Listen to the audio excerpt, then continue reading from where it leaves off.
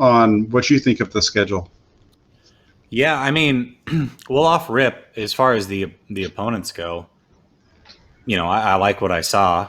One of the things that I notice is anytime a schedule comes out or a pre-schedule comes out where if you're home or away and who you're playing, you like to pick wins and losses. But then when the actual schedule comes out and you see how those games are scheduled, it definitely can change some things. And it did for me.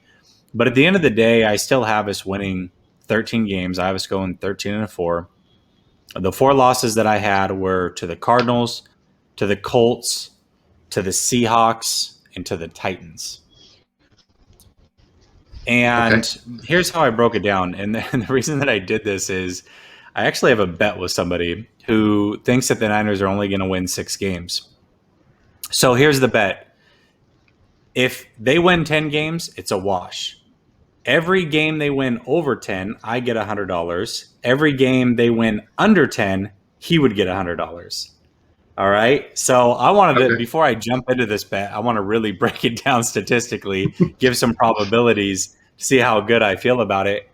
And here's my thought process.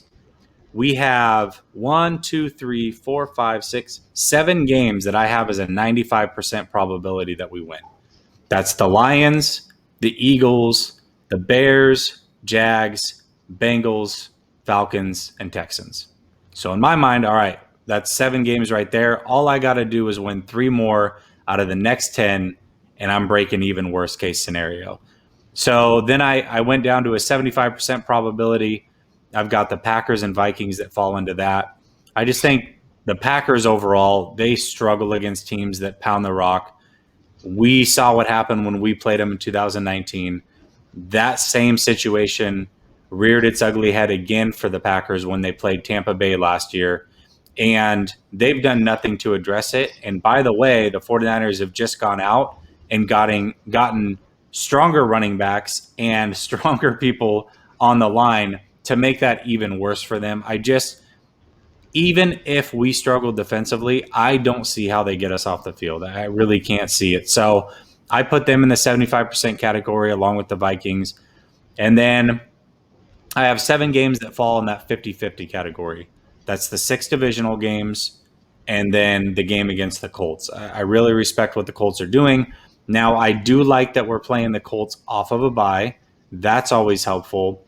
But even with that said, there's going to be a lot made of Buckner playing the 49ers. Buckner's going to play very, very well. He has a little something for us. I'm sure of it. And I just respect the Colts organization. I think they do things right over there, and they've got a very good team.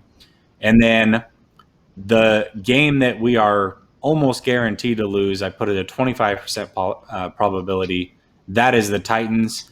And the reason is it's not just the Titans are a good team, which they are, but we are playing them on a Thursday night game. We go from playing a home game Sunday, and then we have to play them on Thursday in Nashville with travel and everything included. It's a recipe for disaster. So for me, that's the one game that I look at and say, all right, that's the one scheduled loss for sure on this whole 17-game season.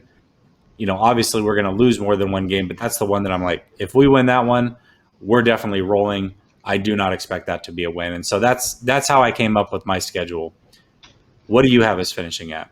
And please tell me it's at least 10 wins, because then I'll feel really good about this bet.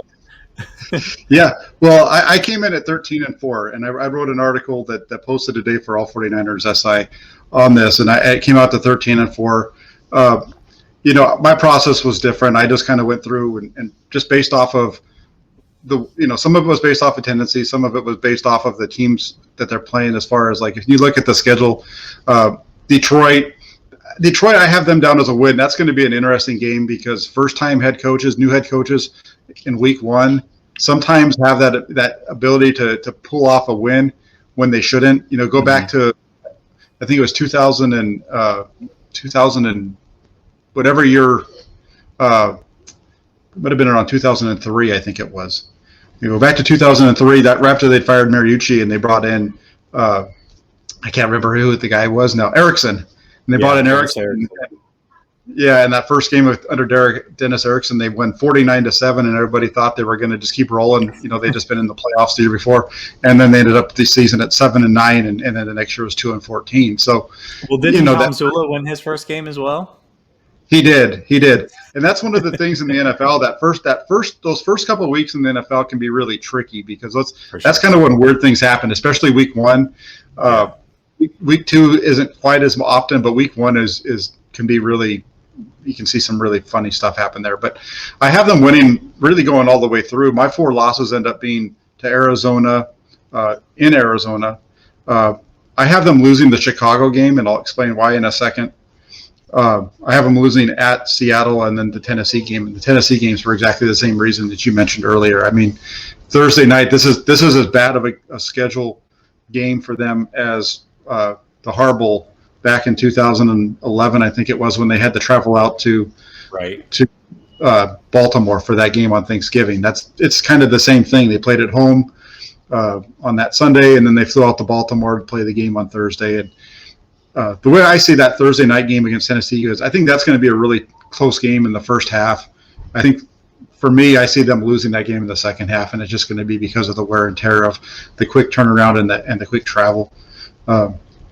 For me, I have them, the one thing before I get into the Chicago losses, and I didn't put this in the article because I don't have anything to back it up, but really what this seems like when you look at the way the Niners schedule was put together, it's almost like the NFL schedule maker said, the 49ers have a pretty easy schedule here when you compare it to the rest of the NFC West. So how can we kind of make their schedule a little bit tougher, considering some of these opponents aren't as good? How can we kind of maybe toughen it up a little bit so that it evens it out, so their overall strength of schedule doesn't end up being as easy as super easy, and it makes it easier for them to win the division and whatnot. So when you look at a game like at Chicago after a primetime game, late night Sunday, you got to turn around and fly to Chicago to play at 10 o'clock in the morning. That's tough. And then they're doing that again a few weeks later, a Monday night football game at home against Los Angeles, having to turn around from that and fly across the country for a 10 a.m. kick against Jacksonville. That's a tough one. Jacksonville's not expected to be a good team, but when you put in that travel element, I think that makes it a little bit of a tougher matchup for them.